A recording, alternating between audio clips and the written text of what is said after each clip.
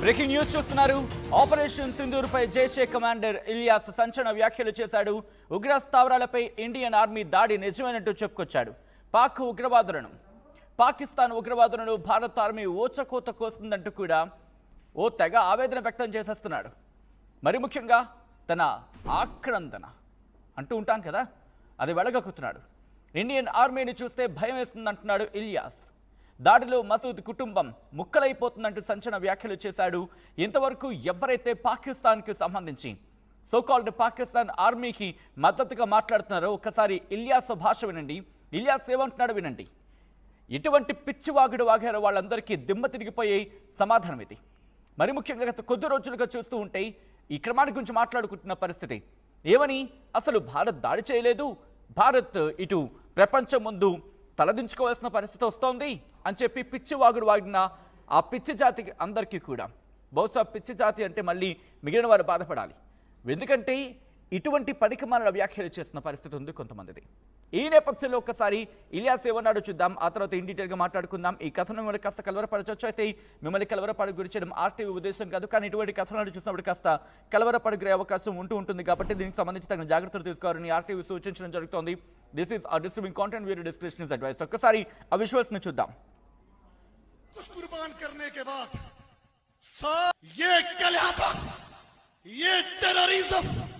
ये दहशतगर्दी की बकवास सीने के साथ लगाए इस मुल्क की नजरियाती जुग्राफियाई सरहदों के लिए कभी हम दिल्ली से टकराए, कभी हम काबुल में टकराए, कभी हम कंधार से टकराए. सब कुछ कुर्बान करने के बाद 7 मई को भावलपुर के अंदर मौलाना मसूद अजहर की फैमिली के लोग बहने और बेटे और बच्चे रेजा रेजा हो गए, टुकड़ों में तकसीम हो गए. ये कलयापन, ये टेररिज्म, ये दहशतगर्दी की बकवास सीने के साथ लगाए इस मुल्क की नजरियाती जुग्राफियाई सरहदों के लिए कभी हम दिल्ली से टकराए, कभी हम काबुल में टकराए, कभी हम कंधार से टकराए.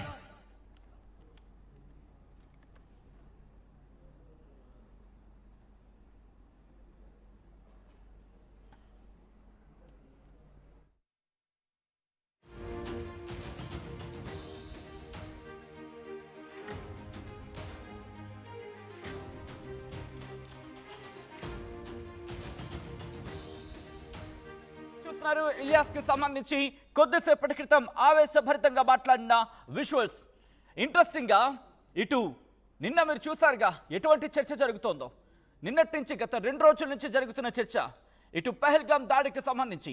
ఈ నేపథ్యంలో ఆపరేషన్ సింధూర్పై జైషే కమాండర్ ఇలియాస్ సంచలన వ్యాఖ్యల నేపథ్యంలో ప్రస్తుతం ఇటు దేశవ్యాప్తంగానే కాదు ప్రపంచ వ్యాప్తంగా మాట్లాడుకుంటున్న పరిస్థితి. పహల్గామ్ ఉగ్రదాడికి ప్రతీకారంగా భారత్ ఆపరేషన్ సింధూర్లో ఇటు పాకిస్తాన్లను ఉగ్ర శిబిరాలను ధ్వంసం చేసింది. ఈ నేపథ్యంలో ఇటు ఆధారాలతో సైతం చూపించిన తర్వాత ఎక్కడా కూడా ప్రపంచం ముందు మేము గెలిచేసామని చెప్పి ఊరిక సంకలు గుద్దేసుకుందనే చెప్పుకోవాలి ఇటు పాకిస్తాన్. అటువంటి పాకిస్తాన్ ఎవరైతే ఇక్కడ భారతదేశం నుండి పాకిస్తాన్కి సపోర్ట్గా మాట్లాడే ప్రయత్నం చేస్తున్నారో, ఎవడైనా నిజంగా భారత్ కొట్టిందా, నిజంగా భారత్ ఉగ్రవాదులను చంపిందా, ఉగ్ర స్థావరాల మీద దాడులు చేసిందా అని చెప్పి ఇంకెవరైనా పిచ్చి కూతలు కూస్తే కనుక ఒక్కసారి వినండి. ఇది మనం అంటున్న మాట, లేకపోతే భారత ప్రభుత్వం భారత ఆర్మీని అంటున్న మాట కాదు. నిజంగా భారత ఆర్మీ కూడా ఒక సందర్భంలో చెప్పుకొచ్చిన సందర్భం ఉంది కదా. మేము ప్రపంచాన్ని మరి ముఖ్యంగా శత్రువుని ఢీకొట్టాం, కానీ ఇక్కడ వాళ్ళని ఒప్పించడంలో కాస్త ఇబ్బందిగా ఫీల్ అవుతున్నాం అని చెప్పి బహుశా ఆ భావం వచ్చేలా మాట్లాడిన సందర్భం. అంటే వెళ్ళి శత్రు దేశాలను ఢీకొట్టడం కాదు, శత్రు దేశాలని ఢీకొట్టి వాళ్ళని మోకాళ్ళ మీద నించోబెట్టడం కాదు. ఇక్కడ వాళ్లకు సంబంధించి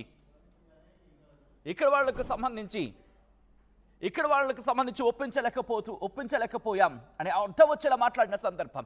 ఇప్పుడు వినబడుతోందా? ఇప్పుడు ప్రపంచానికి వినిపిస్తోందా? దిగ్గజ దేశాలుగా చెప్పుకుంటున్న వాళ్ళకు వినిపిస్తోందా? ఈ నేపథ్యంలో ఏం జరుగుతోంది? అనేది ఒక్కసారి మీరు కామెంట్ చేసే ప్రయత్నం చేయండి. మరింత డీటెయిల్గా మాట్లాడుకుందాం. మసూద్ అజార్ కుటుంబం ఇప్పుడు మట్టి కరిసింది, మట్టిలో కలిసిపోయింది అని ఏకంగా జైషే మహమ్మద్కి సంబంధించిన కమాండర్ చెప్తున్న పరిస్థితి. ఇదే అంశానికి సంబంధించి మరింత సమాచారం మా ప్రతినిధి మధు అందిస్తారు. మధు, ఈ అంశానికి సంబంధించి లేటెస్ట్ డెవలప్మెంట్స్ ఏంటి? ఎగ్జాక్ట్లీ, నిజంగానే మరొకసారి ప్రూఫ్ మా పాకిస్తాన్ నుంచే లభించినట్టుంది. కాకపోతే ఈసారి టెర్రరిస్టుల నుంచి, గతంలో ఆర్మీ అధికారుల నుంచి వచ్చింది, ప్రజల నుంచి వచ్చింది, అమెరికా నుంచి వచ్చింది, ఇలా వివిధ దేశాల నుంచి మద్దతు లభించినటువంటి పరిస్థితి. ఆపరేషన్ సింధూర్ అనేటువంటి విషయంలో పక్కా టార్గెట్లను నాశనం చేసింది భారత్, ఉగ్రవాద శిబిరాలపైన దాడి చేసింది అనేటువంటి ధృవీకరిస్తే ఇప్పుడు డైరెక్ట్ గా జైషే సంబంధించినటువంటి కమాండరే ఈ రోజు ఇలియాస్ ఈ స్టేట్మెంట్ చేయడం అనేటువంటిది మరొకసారి ఆపరేషన్ సింధూర్ ఎంత ఉగ్ర రూపంతో ఉగ్రవాద శిబిరాలపైన దాడి చేసి నేలమట్టం చేసి వారిని ముల్లోకాలకు పంపింది అనేటువంటి చాలా స్పష్టమైనటువంటి స్టేట్మెంట్. ఒక రకంగా చూస్తే భారత ఆర్మీ ఒక ఊచకోత కోసింది, మా పైన చేసినటువంటి దాడులకు భయపడిపోయాం, జడిచిపోయాం అనేటువంటిది. ఒక రకంగా చెప్పాలంటే, జనరల్ గా మన లాంగ్వేజ్ లో చెప్పుకోవాలంటే పోసుకున్నారు, సుసు పోసుకున్నటువంటి సిచ్యువేషన్. అలాంటి పరిస్థితి పాకిస్తాన్ లో ఉన్నటువంటి ఉగ్రవాద శిబిరాలపైన, ఉగ్రవాద కేంద్రాలకు, ఉగ్రవాదకు మద్దతు ఇచ్చేటువంటి వారికి పాకిస్తాన్ ఆర్మీ పైన అంత భీకర దాడి పోరాటం భారత్ ఆపరేషన్ సింధూర్ పేరిట చేసినటువంటి మరొకసారి స్పష్టమైంది. దీంతో పాటు మసూద్ అజార్ కి సంబంధించినటువంటి కుటుంబం మొత్తం పూర్తి స్థాయిలో నేలమట్టమైనటువంటి పరిస్థితి. ఎవరు జీవించలేనటువంటి, మొత్తం అందరినీ మట్టుబెట్టినటువంటి సిచ్యువేషన్. వాడు ఎక్కడున్నాడు, వాడు మాత్రం తప్పించుకున్నాడు, కానీ మొత్తానికి కుటుంబం మొత్తం నామరూపాలు లేకుండా పోయినటువంటి పరిస్థితి. అంత భీకర దాడి అనేటువంటిది జైషే కమాండరే చెప్పడంతో మరొకసారి ఆపరేషన్ సింధూర్ పైన చర్చ కొనసాగుతుంది. రైట్, ఇప్పుడు ఎందుకు ఒప్పుకుంది, ఇప్పుడు ఎందుకు ఇంతగా రగిలిపోతోంది అనే అంశానికి సంబంధించి ఒక్కసారి మాట్లాడుకునే ప్రయత్నం చేద్దాం. ఎందుకంటే గత కొన్ని రోజులుగా జరుగుతున్న పరిణామక్రమం వేరు. ఇప్పుడు ఎందుకు బయటకు వచ్చి ఈ సో కాల్డ్ కమాండర్ ఎందుకు అంత గొంతు చించుకొని, ఒక్కసారి మీరు లైన్లో ఉండే ప్రయత్నం చేయండి మధు. ఒక్కసారి వాడు ఆడియో వినండి. వాడు అరిచి వాడి గొంతు పోయింది, అంతలా అరిచాడు. ఒక్కసారి వాడు ఆడియో విందాం, ఆ తర్వాత మళ్ళీ మీ దగ్గరికి వచ్చే ప్రయత్నం చేస్తాను. ఒకసారి వాడు ఆడియో విందాం.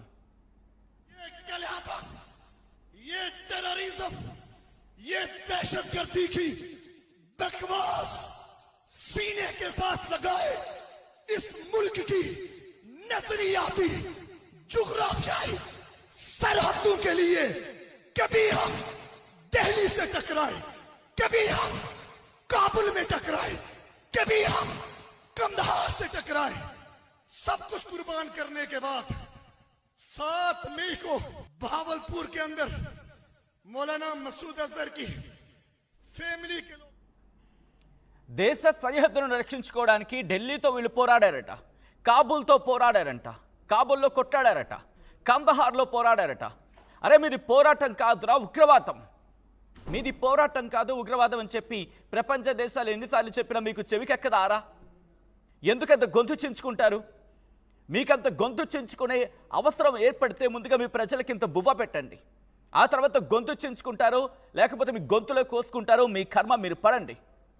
ఎందుకంటే మీకు ఆ విద్య కదా వచ్చింది, మనుషుల్ని చంపడం, మనుషుల మీద పడి పీక్కు తినడం. ఇదే కదా మీరు నేర్చుకుంది, మీకు నేర్పుతోంది మీ దేశం, మీ పాకిస్తాన్ దేశం. నోరుందని చెప్పి వాగడం, అంతే కదా. అడుక్కోవడానికి ఒక జోళ్ళు పట్టుకొని వెళ్ళి దేశాల మీద పడడం, ఆ పడేడిస్తే వాళ్ళు ఎంత ఒక బిచ్చ వేస్తారు, ఆ బిచ్చాన్ని తీసుకొచ్చి మళ్ళీ మీరు మీ కత్తులకి పదును పెడుతూ ఉంటారు. ఏం బతుకులరా మీవి? మనుషులేనారా మీరు? అసలు ఉగ్రవాదమా? రండిరా పోటీ పడదామంటే దేంట్లో?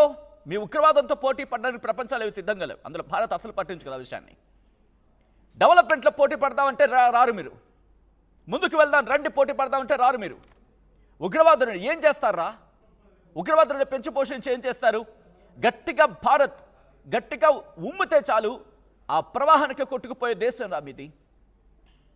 మొత్తంగా మీ వాళ్ళందరినీ అన్నం పక్కన పెడితే కనుక మొన్నటికి మన 1000 కోట్లు ఏం చేశారా మీరు? మన వర్షాలు పడితే ఏం చేశారా మీరు? దీని గురించి మాట్లాడరు. ఇప్పుడు నిన్న మ్యాచ్కి సంబంధించి మాట్లాడిన సందర్భంలో షోయిబ్ అఖ్తర్ వాగుతాడు. ఏంటది? గొడవలేంట్రా? అఖ్తర్ గారికి గొడవలేనట, ఆటేనట. అసలు దేశం మధ్య గొడవలేంట్రా? పిచ్చి వెధవల్లారా? కలిసికట్టుగా ప్రపంచాన్ని ముందు నడిపించాల్సింది పోయి మీరు కదా ఉగ్రవాదాన్ని జొప్పిస్తోంది, మీరు కదా ఉగ్రవాదాన్ని మొత్తం కూకటి వేళ్లతో పెకిలించి వేసేదని చెప్పి చేసే ప్రయత్నాలకి అడ్డుకట్ట వేస్తోంది, మీరు కదా, మీ దేశస్తులే కదా, మీ మంత్రులే కదా ఒప్పుకుంది ఉగ్రవాదాన్ని పెంచి పోషిస్తున్నామని చెప్పి ఇప్పుడు మాట్లాడరే? ఏ చెవులైతే ఇక్కడ భారతదేశంలో ఉండి పాకిస్తాన్కి సపోర్ట్గా నిలిచాయో ఆ రెండు చెవులకు తుప్పు పట్టి ఉన్న చెవులు ఇప్పుడు వదిలాయా? తుప్పు వదిలిందా? విన్నారా? వాడే ఒప్పుకున్నాడు భారత్ దాడి చేసిందని చెప్పి. దరిద్రం ఏంటంటే మన భారతదేశానికి సంబంధించి మన దేశంలో ఉండి మన దేశానికి వెండిపోటు పొడిచే దరిద్ర దిక్కుమాలిన జనాలు ఇంకా ఉండడం దౌర్భాగ్యం. కోర్స్ మనలో మనకి ఎన్నైనా ఉండొచ్చు, ఆ వెధవలు ఎవరైనా ఉంటారు కదా, మన దేశంలో ఉండి మన దేశానికే వెన్నుపోటు పొడవాలి, మన దేశ సైన్యాన్ని ప్రశ్నించే దుర్మార్గులు ఉంటారు కదా, వాళ్ళకి ఈ బయట వినిపించండి. ఎందుకంటే మన వాళ్ళు చెప్పిన వినని దౌర్భాగ్యులు ఇంకా వాళ్ళు. అటువంటి వాళ్ళ చెవులు తుప్పు వదిలేలా ఈ బయటని వినిపించండి. వాడు గొంతు చించుకుంటున్నాడు,